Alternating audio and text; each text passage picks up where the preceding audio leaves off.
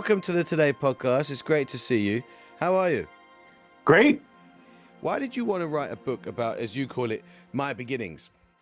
Well, I'm turning 70 this year, and Microsoft turns 50. The foundation turns 25. And, a lot of the work I'm doing is sharing, hopefully, some wisdom about things I've seen in the past. And so I decided, telling the whole story, including how lucky I was. When I was born, my parents, a couple of my early friends, Kent and Paul, my incredible exposure to computers and writing massive amounts of software before I was even 18. And so, although I don't usually look back, when we got working on this, it was a lot of fun. And, maybe there's some lessons for other people or parents in here. I'm very keen to talk to you about those lessons and indeed the role of luck and timing, which is actually a big theme of the book. But let's start where the book starts, with some of the stories of your beginnings, because people won't know, they'll know a bit about you. They won't know about the long treks that as a teenager you would undertake with friends, where you would actually disappear with your contemporaries who were teenagers for 5 or 6 days on these snowy kind of treks through the western coast of America. I mean, was there ever any sort of danger involved? Why did you guys disappear for so long, and was it safe? Yeah, the contrast between how most parents, including myself, raise kids today, where you always want to be in touch and know where they are. And, my parents allowing me, whether it was hiking or going off for a variety of things, the freedom that I had and the fact that somehow they weren't concerned about it is pretty amazing. Take us back to this particular moment on something called the Press Expedition Trail. So there's a moment of anxiety where you're several days in, and one of your friends, you're struck by the amount of snow all around you, and one of your friends says, "We've got to keep going, got to get to this river that was our target." And you're thinking, actually, I'd rather turn around, thank you very much. This is a bit scary. But in that moment of anxiety, you had a burst of imagination, and you write, "For a challenge, I decided in that moment I would try to write a version of the basic programming language."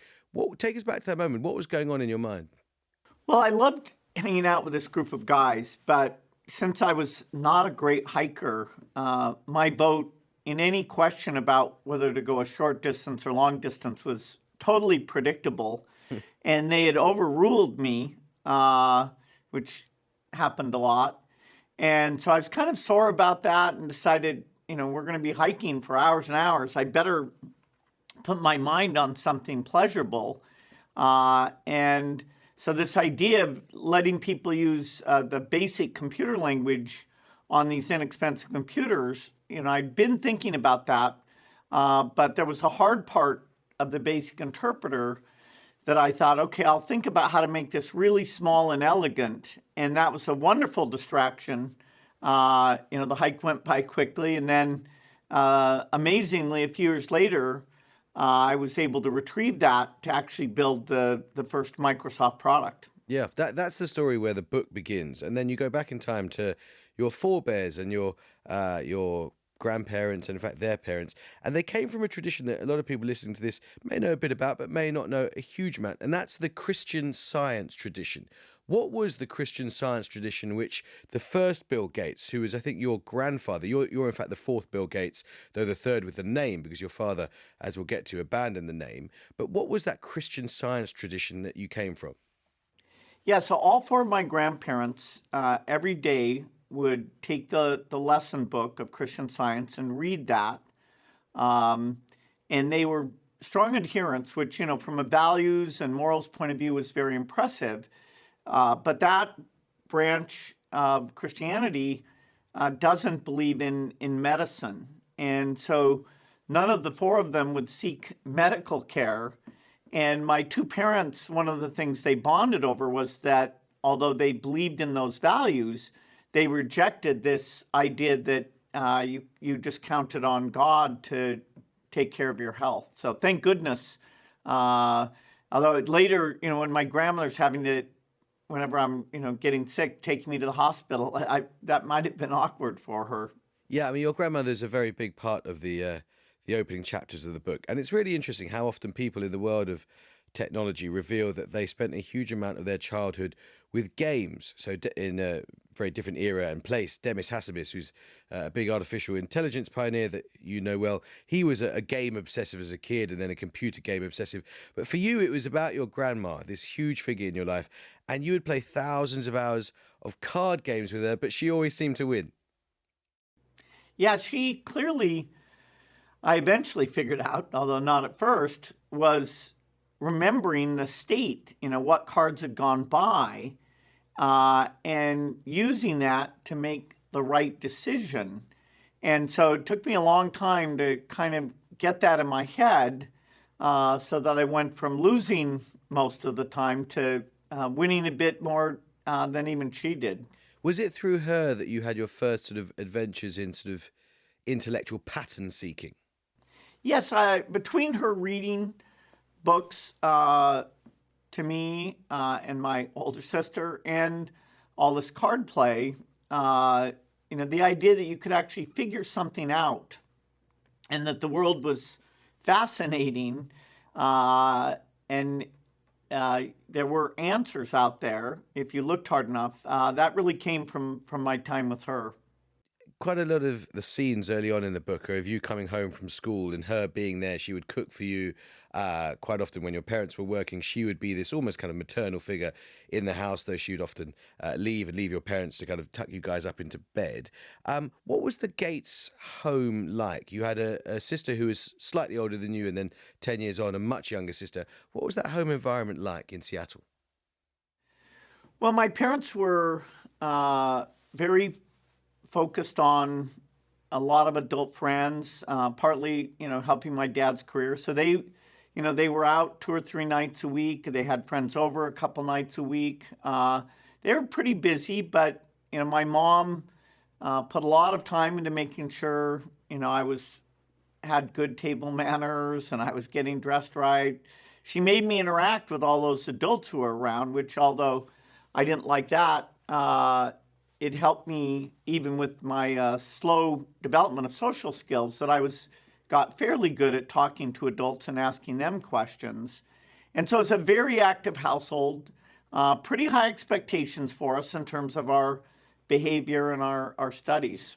And you talk very fondly about your father. There's a part of the book where you talk about how he and his best friend, a guy called Jimmy Brayman, I think it was, they were kind of these early entrepreneurs. Your dad would do crazy things, like he'd lie down on a bed of nails and ask people to pay him money for it. So he was I mean, you won't know the necessarily the expression, but we have in the UK a character called Del Boy, a kind of a working class salesperson who sells his wares for money. And your father had a bit of that about him. Yeah, he had a lot of community spirit.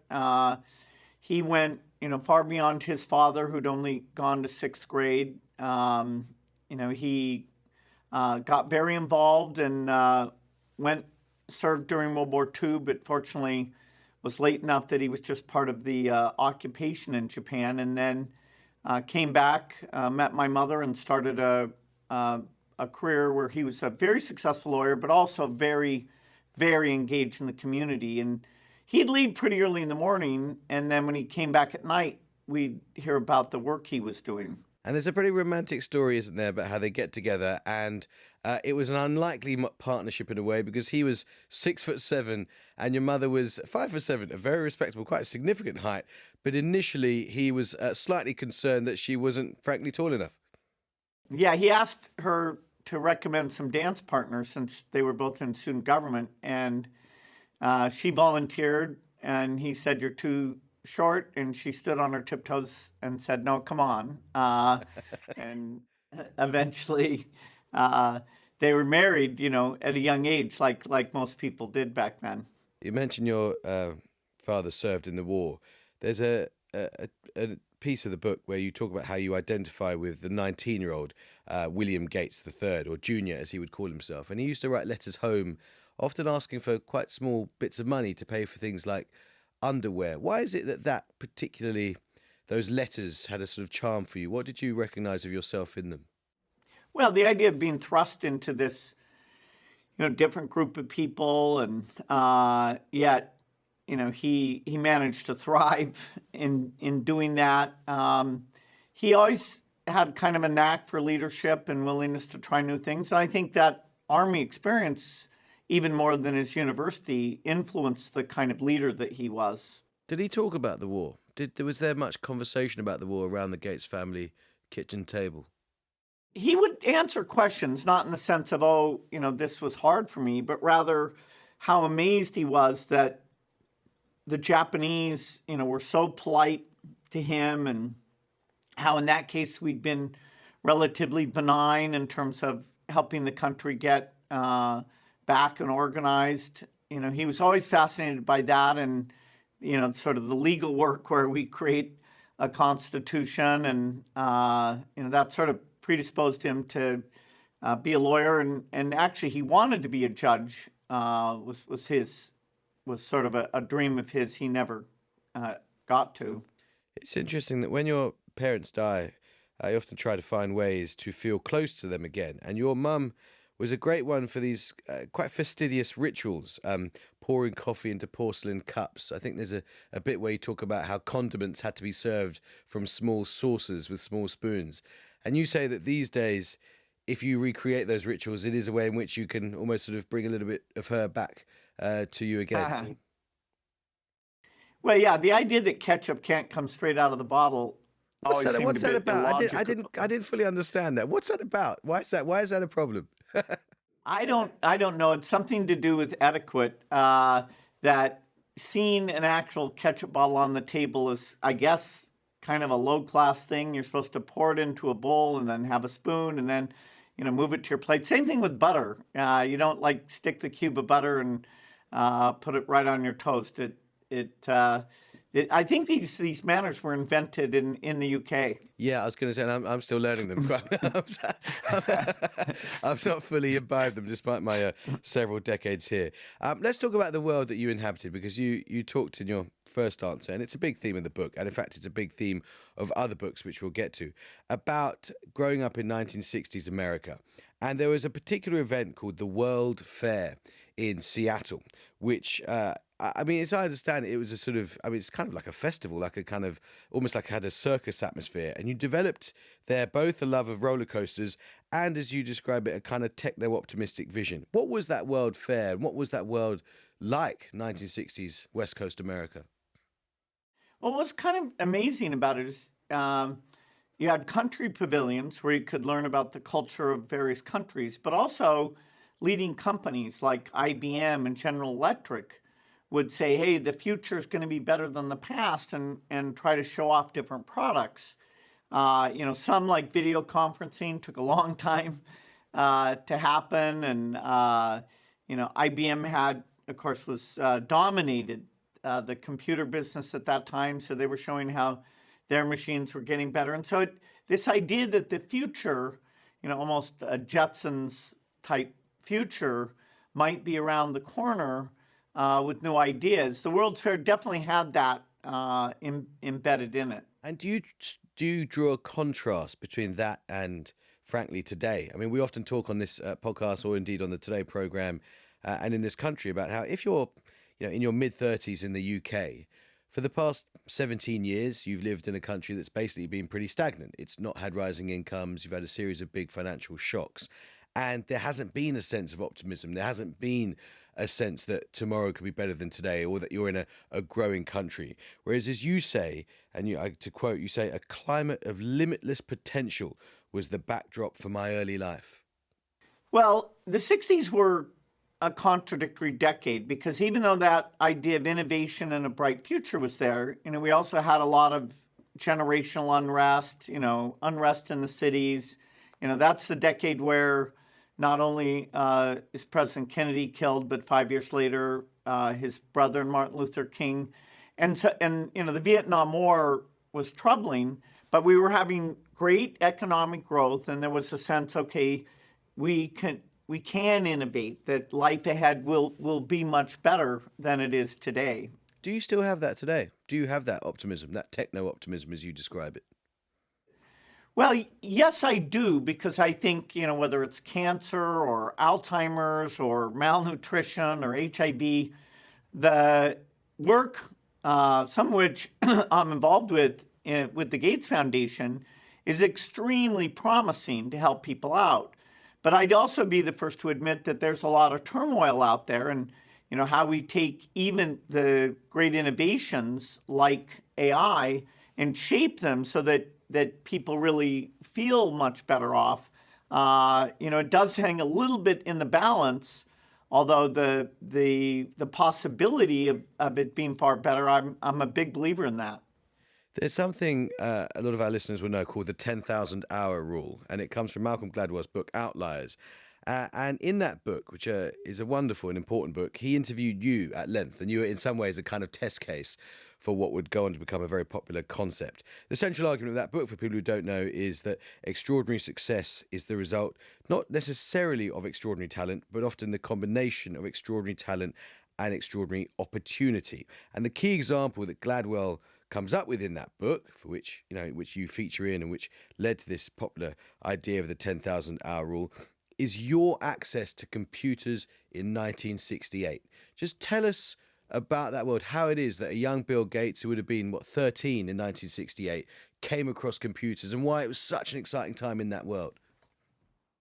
Yeah, so starting at 13, where I'm at this private high school called Lakeside, the Mothers Club gives some money so that we have a terminal that can, over a phone line, connect to a big, expensive computer. And the teachers find it very confusing. And because I've been so good at math, people say, come down here and work on this. And eventually, four of us become pretty obsessive about thinking, what at first is very simple software. We're writing, programs in BASIC, like a thing to play tic-tac-toe. But once we'd had that exposure, then we sought out other computer projects. And, I end up doing the class scheduling for the school. I end up taking time off my senior year. So I was absolutely incredibly lucky that I understood software at a very young age, and with the chip coming along to make computing almost free, I could see that software would be very, very important, and I could see how to build a company that would write software faster and better than anyone else. And it's that early exposure, but also my natural interest in, okay, how does this work? Can I figure this out? Where did the idea first come to you, and when, to launch a company and to call it Micro-Soft?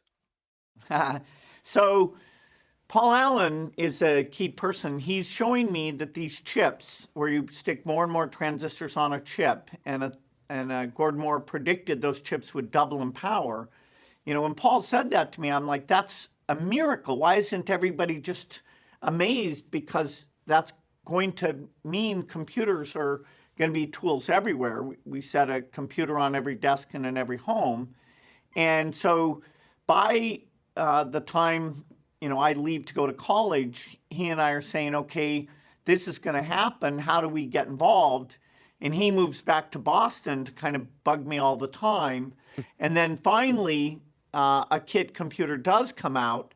And that's when we say, okay, we're going to call those people, we're going to do the software, and I'll drop out of school. And so that's when Microsoft gets started. I want to talk to you about those early days of Microsoft and what it takes to be an entrepreneur whose company lasts.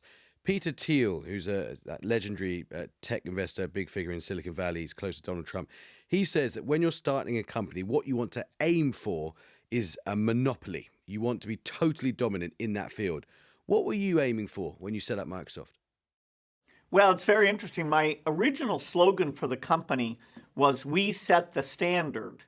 And sort of along the lines of Peter Thiel, at first, that's kind of funny because there's no software industry at all. But as Microsoft became very successful, and actually we did set the standard, the lawyers said you should get rid of that tagline because it's too true. You shouldn't brag about the fact that you're such a strong company. But, we had this view that software should be very, very inexpensive, and we were very efficient at hiring people and developing tools. So we were a very intimidating competitor from the very early days. What's your philosophy when it comes to hiring? Well, early on, I had an oversimplistic view that it was all about just sort of raw intelligence. And so we hired a lot of people who'd worked in physics or chemistry because you couldn't find people who had software experience, and we learned how to train them. And that was part of our edge, was that we could show people how to become great software engineers. Eventually, I realized that not just IQ, but EQ and other skills were important. But I started out sort of thinking, no, it's just about IQ. So what were the biggest mistakes, other than that, in terms of hiring? What were the biggest and most formative mistakes you made in those early years that you learned from and allowed Microsoft to achieve the dominant position it went on to have? Well, figuring out, I was always very good at looking at individual performers on the engineering side. But then as the company grows, I both have to learn how to manage and hire managers and other skill sets like finance, marketing, a variety of things. And I decided I was going to have the company be global and not use other companies. So I had to create a group in Japan and Europe. And that was one of the most fun things, was figuring out those other skill sets and how I would blend the raw sort of central skill of the company, the engineering and the belief in the revolution, with these more adult people, and try to get that mix to add up. And there'll be young entrepreneurs listening to this who search out all the wisdom that you bestow through podcasts and books and so forth, who wonder whether it's right to go it alone or whether it's right to team up. How important was it to you to work alongside someone like-minded as you did with Paul Allen? And would you recommend so Paul that? Yeah, absolutely. I couldn't have done it alone. And so for the early years, the first sort of 5 years of Microsoft, Paul is my key partner because he has the vision. Now, he never liked the sort of specifics of hiring people or pricing stuff, but that was fine. We were a small company. Then I'm lucky enough that as Paul retires pretty early in the company, I hire a friend from college, Steve Ballmer, whose energy level and understanding of people, was absolutely fantastic. And so then he becomes the person who's essentially my partner. And, we've thrown our whole lives into it. We're thinking about it day and night. And that made it a lot of fun to always have a key partner. I want to talk about that day and night because, since we spoke in Kenya, I've been asked a few times in different places what my favorite answer to any question that I've asked was. And I've found myself actually constantly coming back to something that you said, which I didn't realize at the time I would go on thinking about so much. I was probably pushing my luck a little bit, but I said to you in Kenya, I don't know if you remember, I said, if you think about those early days, to make Microsoft successful, were you a little bit of a tyrant? And you thought about it for a long time and you were quiet. And then you said, you know what? Yeah, maybe I was. But the people who worked for me had the best time of their lives and they're left with millions of dollars. And I thought that was such an interesting answer. And I wonder if you could just reflect on that a little bit about how when you're starting a company, if you want to achieve the scale that you did, you do have to push people. You do have to work hard. You do have to throw your whole life at it. Yeah, I mean, it's taken me decades to really, broaden my management skill. You start out managing other people kind of like you manage yourself. And I'm, pretty tough on myself. Do I really understand something? Am I trying hard enough to figure something out? And so in the early days, I hired people who were a lot like me.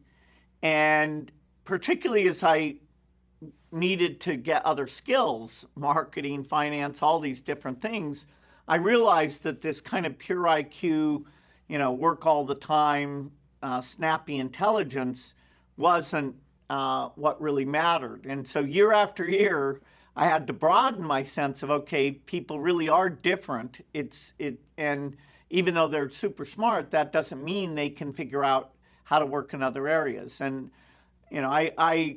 I definitely benefited by having people like Steve Ballmer. And then we hired some adults who came in and mellowed out how we thought about things, but they always knew that, we were pursuing a revolution. So we were going to set the strategy while they helped with the tactics. And how hard did you work in that first decade of Microsoft in your 20s? Oh, it was absolutely insane in my 20s. During that decade, I did not believe in weekends. I did not believe in vacations. So my mom would negotiate with me about, did I come for Sunday dinner every 2 weeks or so? And people told me I had to have a board. So I said, okay, I guess on Saturday morning for a couple hours, we'll have a board. I no longer, I've deviated. Even in my 30s, I started to change on that. But it did allow Microsoft to be very, very fast moving. And, if we missed something, we'd catch up very quickly. Yeah, because that's the thing. I wanted to talk honestly about that, because it's quite fashionable these days to talk about sort of work-life balance, to talk about well-being, all that stuff. Obviously, it does matter hugely, and it matters to people. But I wonder whether or not you think that actually, if you really want the scale of success that you went on to have, if you want a work-life balance eventually, that's because maybe in your 20s, before you have responsibilities, before you have a family, you need a certain amount of imbalance. You do need to throw yourself completely at work so that you can, enjoy the fruits later. Yeah, I do think there are, important projects where a team, may have to go into kind of a hyperdrive mode. I mostly know that kind of in engineering things, but if there's a key lawsuit or a political campaign, or certainly if there's a disaster or a war, there are times we have to put everything into it and be a bit imbalanced. And you want to be very clear about that. In the Microsoft case, we didn't. We knew we wanted employees to stay for many years, so we tried not to burn them out. I learned to give other people time off even when I wasn't taking it. But it meant there were some people who weren't going to fit into that. Do you feel you have a sense now when you look at some young entrepreneurs, whether it's in tech or elsewhere, but maybe particularly in tech, and not necessarily, the famous ones? When you look at young entrepreneurs, do you, A, see something of your younger self in them? And B, do you have a sense intuitively of the ones who are going to get on and make it and the ones who are going to fall away?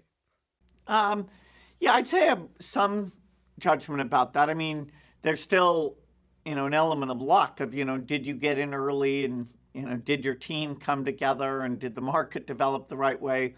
But yes, the kind of broad thinking, willingness to adjust the theory, ability to motivate top people.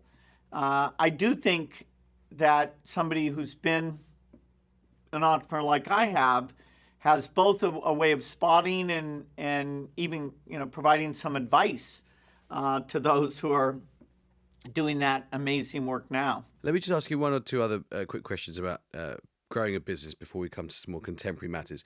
You also said something to me in Kenya about your capacity to focus, and you said you had an unusual ability when you were young to focus. And in this book, Source Code, you write about watching your grandmother playing cards, and you say implicit was the idea that if I used my brain, if I stayed focused, I could figure out the right card to play, I could win. And it's often said these days that we live in an age of distraction, that, we live in an attention economy, which is all about grabbing our attention and depriving us of focus. How important is the capacity to focus?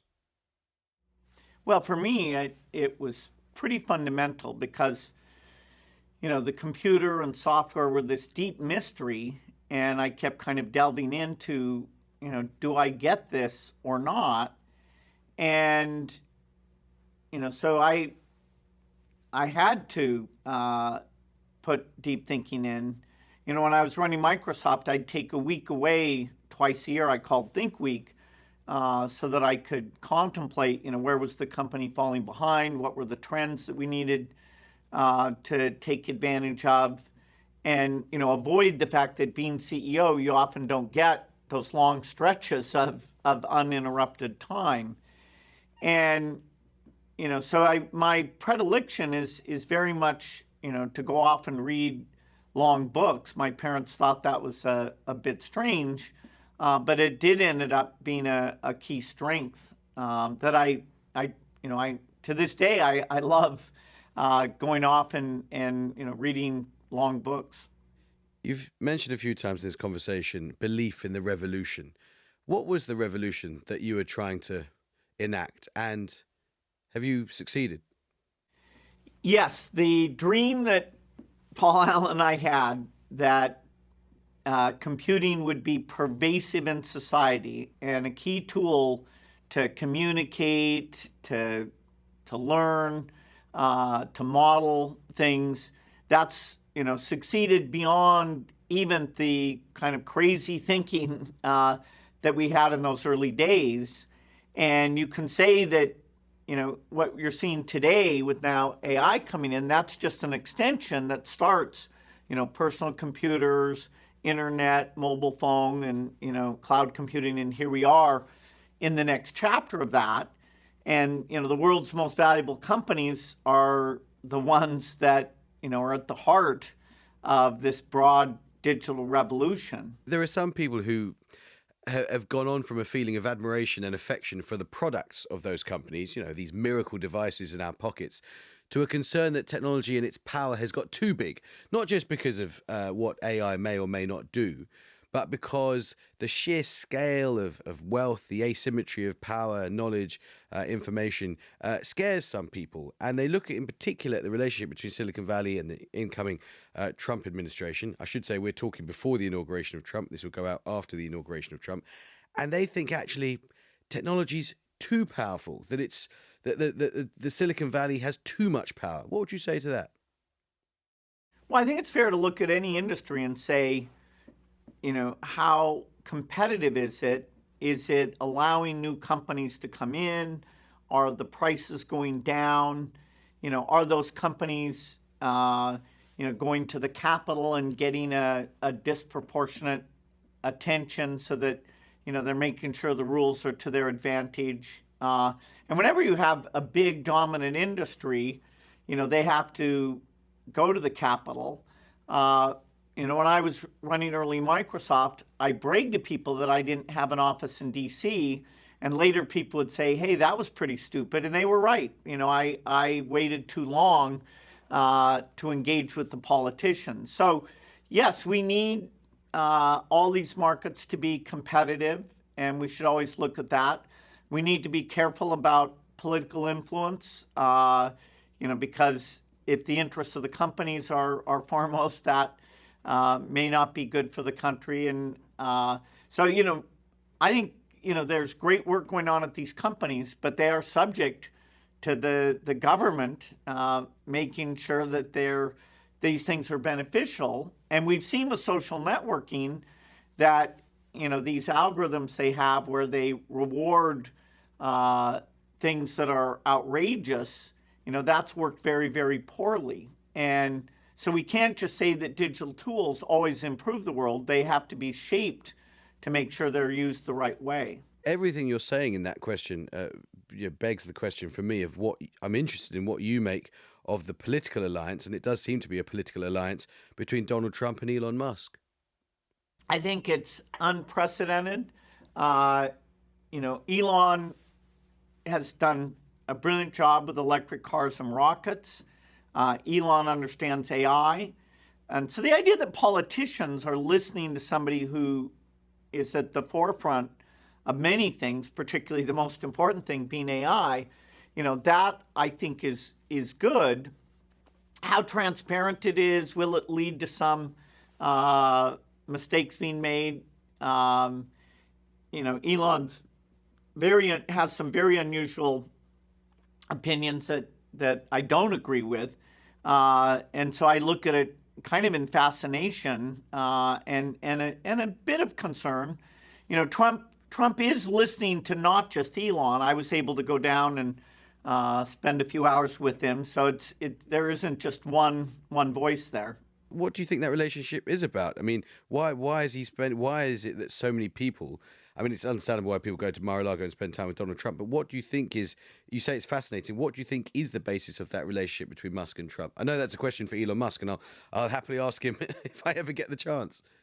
People in the private sector are often frustrated by government. And of course, government could be somewhat more efficient. Then again, the government's not supposed to be the same as the private sector. And so there's a whole history of people from the private sector thinking they can, get government to be better, and in many cases they don't go about it in the right way. And government, it's not, there's not many cases where somebody's actually made it smaller.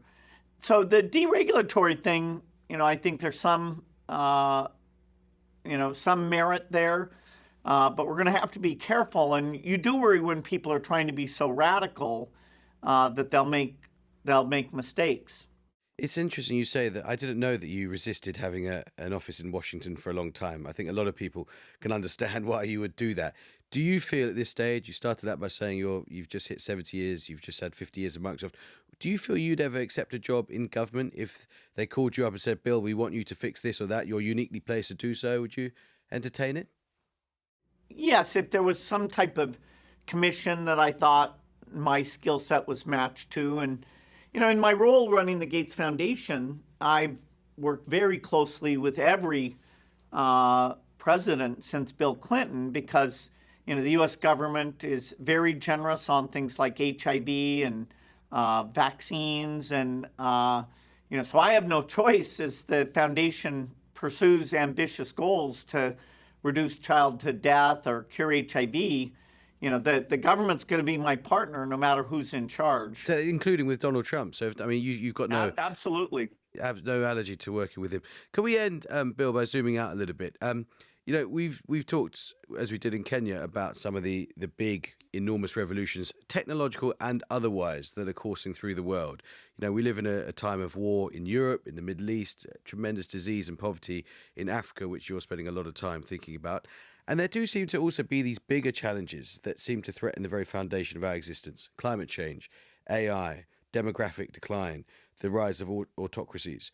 Do you share that sense, to quote Antonio Gramsci from 1929, that an old world is dying and a new one is struggling to be born? Well, I believe that a lot of things we got right, that democracy is right, and that having an open dialogue about policies and not being locked into, I'm a member of this group, even if they have non-factual beliefs. So these trends towards polarization are a bit of a surprise to me and certainly a concern to me. My optimism that we'll be able to shape these things and make life better, that remains. But the turmoil, even this idea that people are not being as generous to help poor countries right now, that as they look at their budget problems, the aid that saves lives for very, very little money, that's being cut. I'm a bit surprised. Since the turn of the century, we cut childhood death in half, and the plan was to cut it in half again. But the headwind of this lack of focus on these poor countries might mean that we don't reduce it at all. So I'm a bit worried by the trends, but I think we will cure cancer, we will cure Alzheimer's. People should cheer up. Our current system is actually delivering some fantastic things. You say people should cheer up. I've got to tell you, sitting here in a lovely office or studio in the BBC, there is a profound anxiety in the UK at the moment. There is a profound sense, actually, if we're honest, of decline. It feels like the country's stagnant. Inflation has been stubborn. Living standards have been low for a long time. And, you can put that in a historical context and say, yep, still, there's never been a better time to be alive than to be British today. But how do you think of Britain?